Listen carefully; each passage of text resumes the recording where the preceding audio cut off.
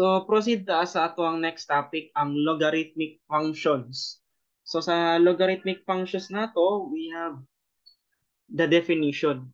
So, kung naka-remember mo sa exponential function, di ba ang exponential function is kani f of x equal to a the power of x, where ang a nato is non-negative and not equal to 1. That is a 1-to-1 function by a horizontal line test.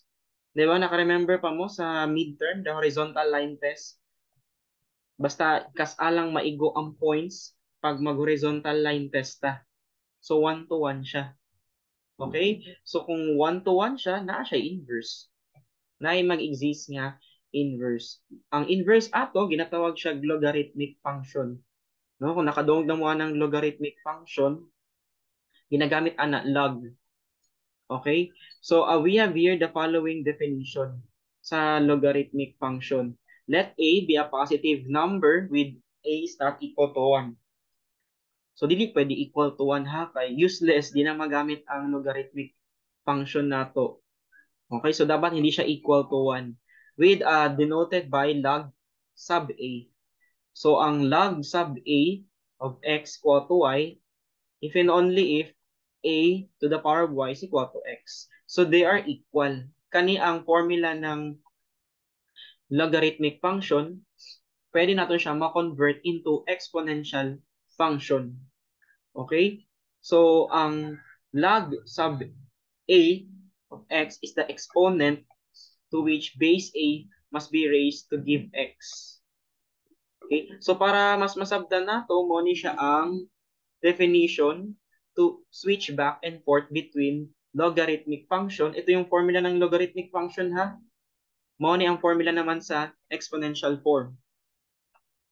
Okay? So, nagets ang a mo na ang base. Kung sa tong a mo na may tabo diri nga a sa exponent niya. Sa base niya, sa exponential.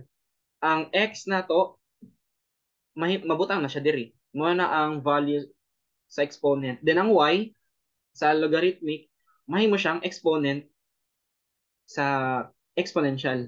So example, para masabta nato no dali ra man kay ni siya.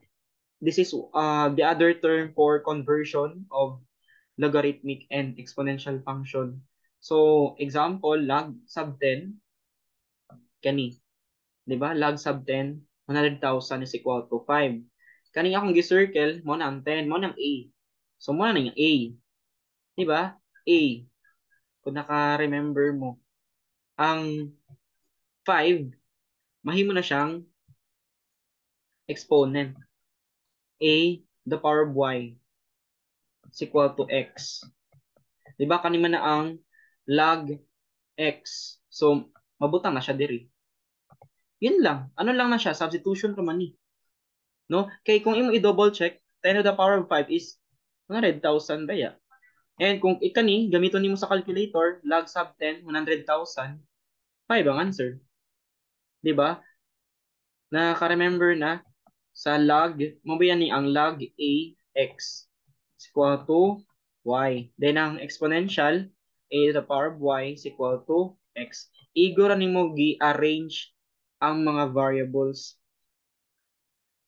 Okay? Kung sa tong x, mo nang value diri sa exponential. Kung sa tong y sa logarithmic, mo man ang exponent ng exponential form niya. Okay? So balik ko ha. 'Di ba log 2, ang 2 mo man ang a sa log logarithmic form. Mo na ang base form sa exponential. Nagets ang 1 over 8 mo man ang x sa logarithmic. Mo na day na ang x sa value na ng exponential form. 'Di ba? Then ang y sa logarithmic negative 3. Mo na siya ang exponent ng exponential form. Tungod na siya sa formula. Okay? You can also double check naman, di ba? 2 to the power of negative 3 is 1 over 8. Then also you can use this in the calculator, ang logarithmic ani, log sub 2, 1 over 8 is equal to negative 3. Sakto ra na siya. Okay? So, you can evaluate na dayon. Mo na to siya ang pasabot na ako. Okay, so next, we have here the following properties of logarithms. So, log sub a of 1 is equal to 0. Muna siya ang first property. Log sub a of a is equal to 1 since they have the same a sa sub niya, log sub a, yun ang function niya a, is just 1. Okay? How about this one? Log a of a to the power of x is just x. And then, a to the power of logarithmic, ang yung exponent log sub a of x is just equal to x.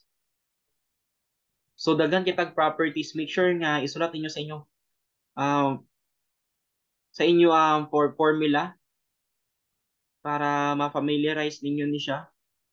Okay? So, example, illustrate the following properties when the base is 5. So, illustrate lang. Sa nga properties ang gigamit. So, log sub a of 1 is equal to 0. So, property 1. Dire, property 2. Kay pareha man sila ang log sub a, 5 man din ang ato ang function is 5, the same also. So, the answer is property 2. Dire, property 3. Tanawon lang nimo kung usain parihara niya nga itsura. So, mo na siya ang iyang property. For this one, property 4. Okay? So, next, how about for graph? For graph naman para sa logarithmic function, of course, that is a one-to-one function that has a domain A and a range B.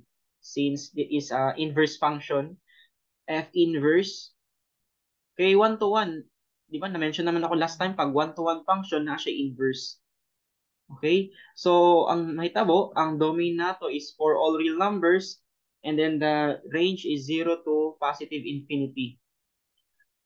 Para sa exponential, so pag abot na sa inverse function, that is your logarithmic function, kani, this is your logarithmic function, inverse ba sa exponential. So, mabaliktad. Ang mahitabo, ang domain niya, 0 to positive infinity, then ang range niya is for all real numbers. Kay kanimang god is your exponential. Na-discuss na ako last meeting. Okay? So, kung makita nimo mo ni ang graph sa exponential. Okay? Since kaniman ang graph sa exponential, ang inverse ana. Paana na dahil ng graph na pag inverse para sa log a of x. So, kaning color yellow, mo na siya ang ginagamit for the inverse. Okay? So, morning color red na to for the inverse. So, sa pag-graph, mo ni ang graph for logarithmic. Okay? So, sketch the graph f of x equal to log sub 2 of x. So, syempre, pag graph ana, gamit ka og table of values. Okay? So, sa paggamit ng table of values, inaniyon nimo.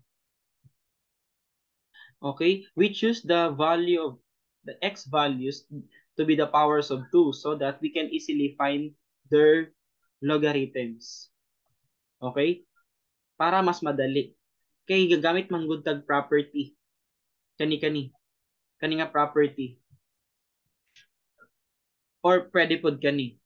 Property 3. Di ba? Kay kung mapansin nimo ang log niya sub 2. So mangita kag mga value sa x to the power of something. Okay?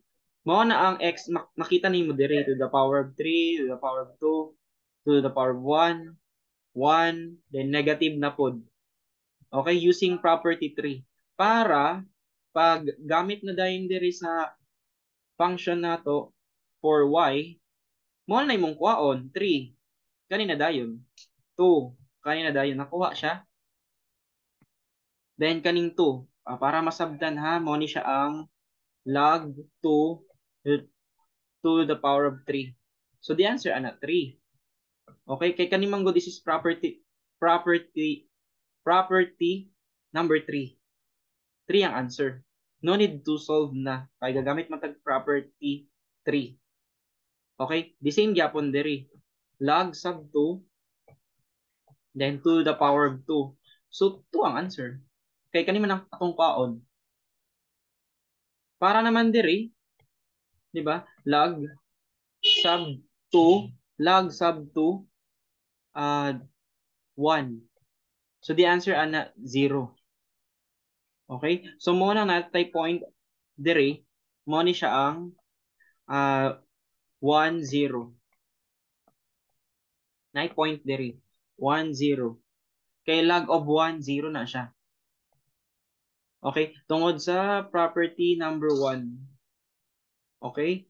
So, syempre, pag makagraph na dahil ka, connect the dots na lang dahil and make sure nga hindi siya pwede mag-touch sa y-axis kay vertical asymptote siya tungod sa inverse. Okay? Inverse man siya sa exponential. So, dapat dili siya matouch sa y-axis na to. Okay? So, naklaro ni siya. So, again, practice mo ani ha. So, kung mapansin nimo, once nga nagkadako ang atong value sa log niya, log sub a, katong log sub a,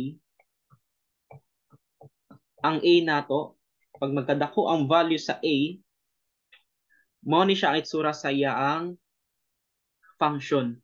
Where ang intersection jud niya na adri 1 0.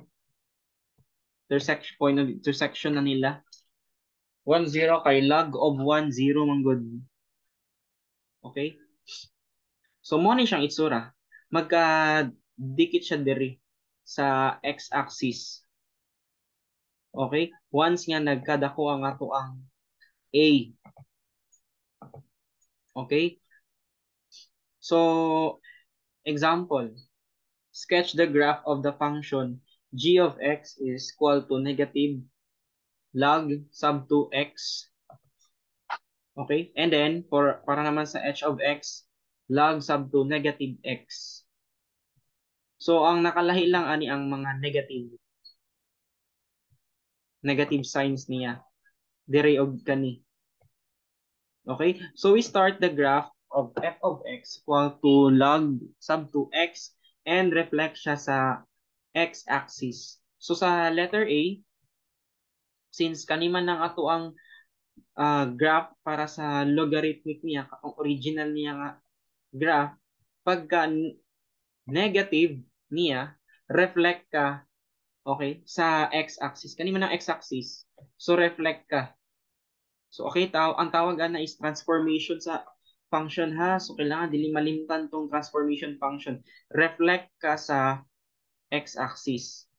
Para naman sa letter B, since ang negative is nasa sulod sa iyang function, kani kay outside raman siya sa logarithm. So, ang may tabo diri, reflect ka sa y-axis.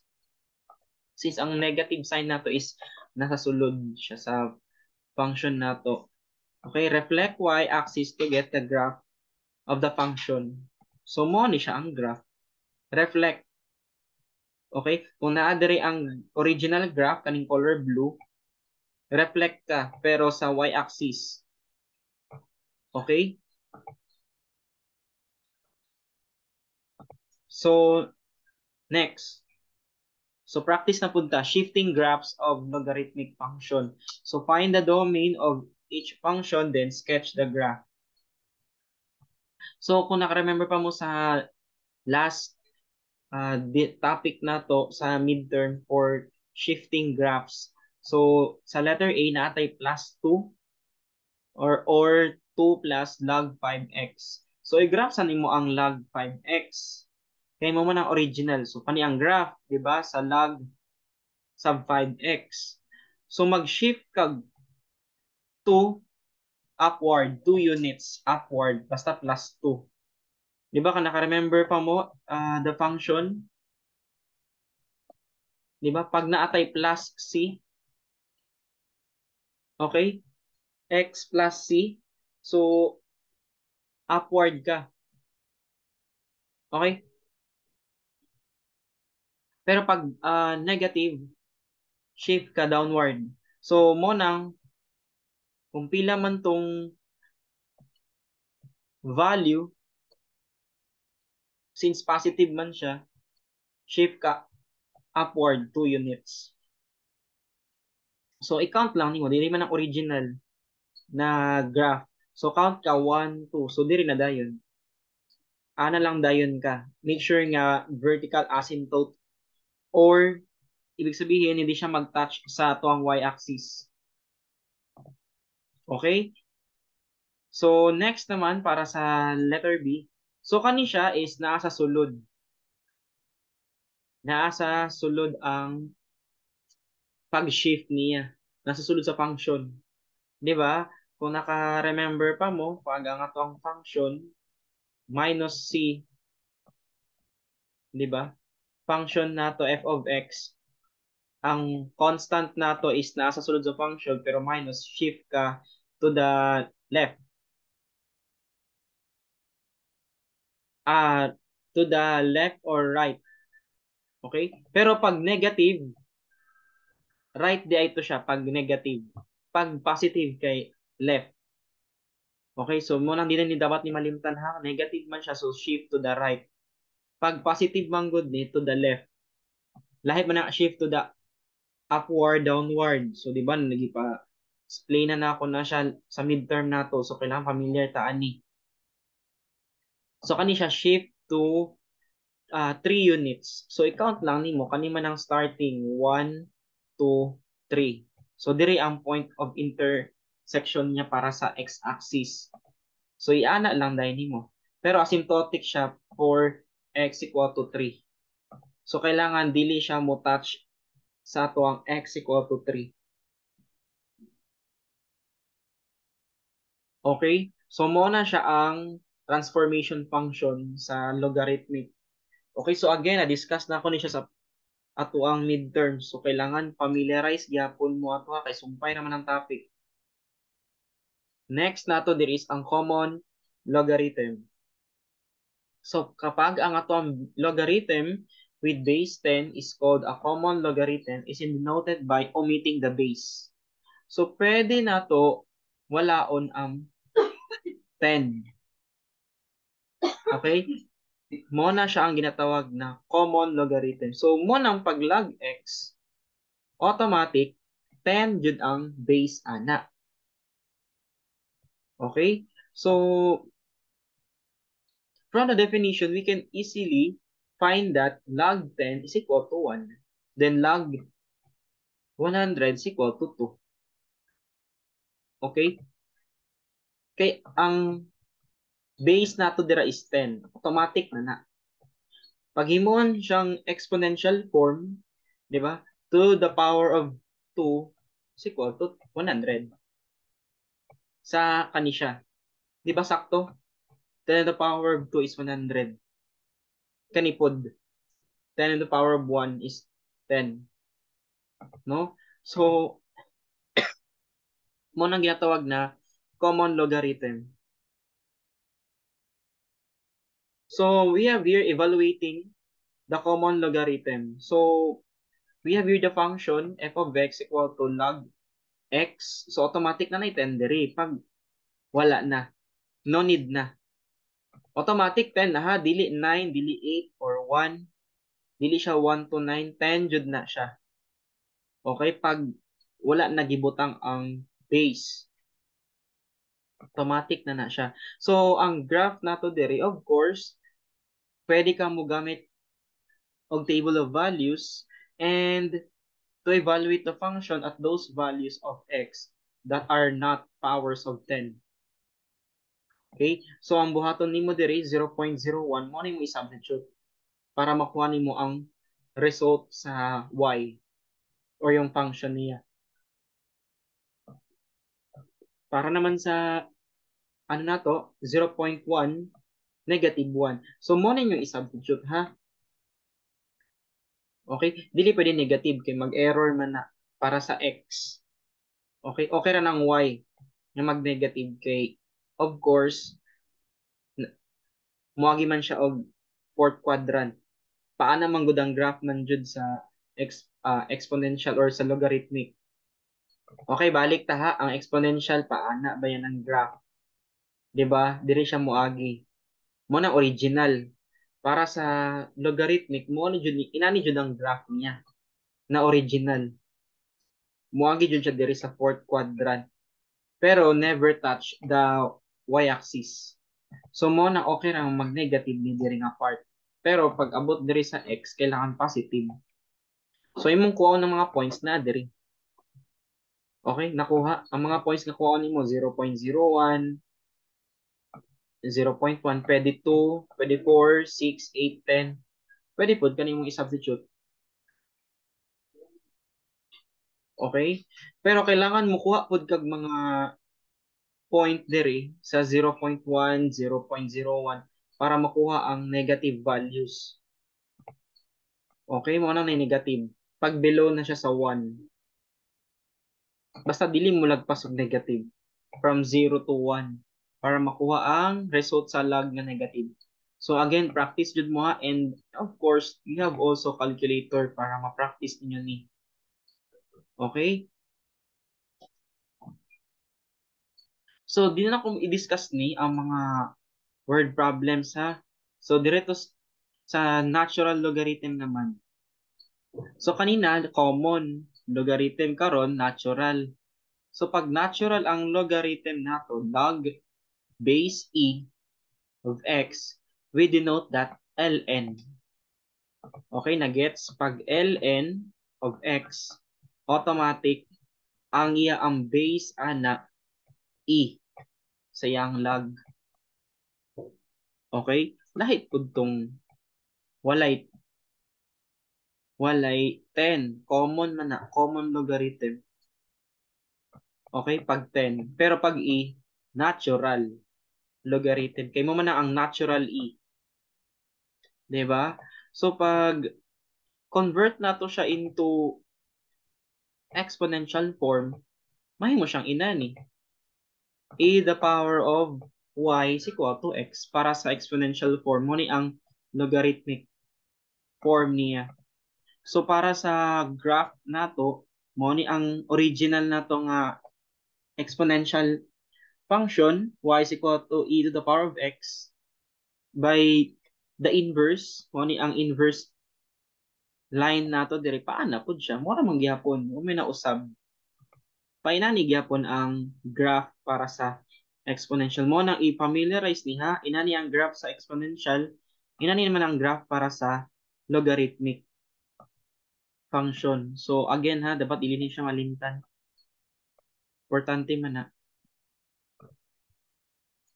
Okay, so we have here the following properties.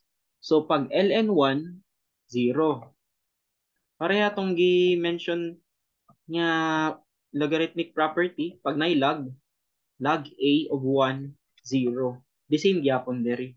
ln1 0. Pag sinabi nating ln1, automatic e na siya ha. Pag isulat nato ang log sub e is equal ay log sub e 1 0. Nya ang log e pareha ra nag ln. Okay, so dapat na gets na ha. Ang ln e naman 1. Then ang ln e the power of x kani kay 1 man ni siya. So x na lang ang nabilin. Ang iyang exponent kay 1 man ni siya. Okay? How about this one? E to the power of ln x. Okay? Ang may tabo x ang answer. Okay, so you have to take note all of these properties kay importante man ni siya para sa solving next meeting. Okay, so how to evaluate? So use your calculator na lang. So kaning ln e to the power of 8, 1 man ni siya. ln e is 1. So yung exponent na lang yung maiwan, that is 8. How about this one? ln of 1 over e square. Or you can write this in a negative exponent. ln e to the power of negative 2. Negative 2 ang answer kay 1 man ni siya because of the properties sa natural logarithm. ln 5, of course, you can use your calculator na lang para mas madali. Or in other words, it's just log e 5. So you have to look this into the calculator para maka-answer mo na 1.609 ang answer na. Okay, how about to find the domain of a logarithmic function? So pagpangita sa domain, of course, 'di ba, ang domain no need na siya i-solve kay naka f of x is equal to ln 4 minus x squared naman siya. Naka ano naman ni siya? Y. Y ba yung f of x? Kay pag range mang good solve for x. Pag domain solve for y naman. So naka y naman ni daan. Okay? So of course, ang logarithmic function ln x is defined as x is greater than 0. Kaya dili pwede ma-0 kay ma-undefined man na wala kay makita nga ln 0. There is no ln 0. Mag-error man na or log 0. Ma-error siya. So make sure this is non-negative yung value ng x. Thus, the domain of this should be greater than 0. So this is in the set builder notation, x such that 4 minus x squared, kani gikopya na to, greater siya sa 0. Kina-negative man na. So, gibalhin lang nato ning x. Inani siya pagsulat ha. 4 minus x squared greater than 0. So, gibalhin lang nato ning x squared. So, 4 less than na x squared. Diba? So, square root dayon ka both sides. So, mahitabo siyang 2 less than x. Pero pag square root biya kay plus minus 2. Or you can write that into an absolute value. Absolute value niya.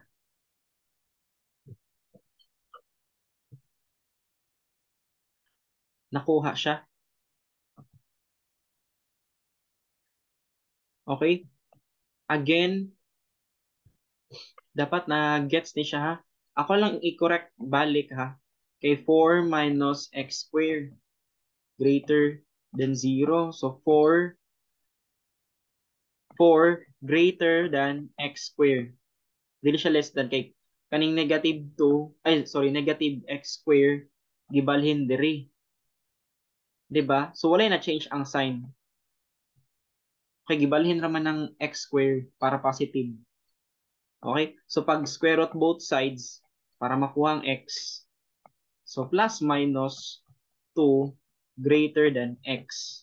So pwede na po na siya isulat as absolute value of x less than 2. So nara siya sa negative 2 at saka 2. Ang iyaang answer. Negative 2 to 2 ang value ra sa x. So mora na yung boundary or else pag outside siya sa negative 2 to maano na siya, ma-undefined na. So mora na siya ang domain. So you have to practice ha pagkuha sa domain and range para sa tuang logarithmic and exponential function. Okay, so that's it para sa tuang topic. So make sure you have to answer all of these exercises ha para maka-practice mo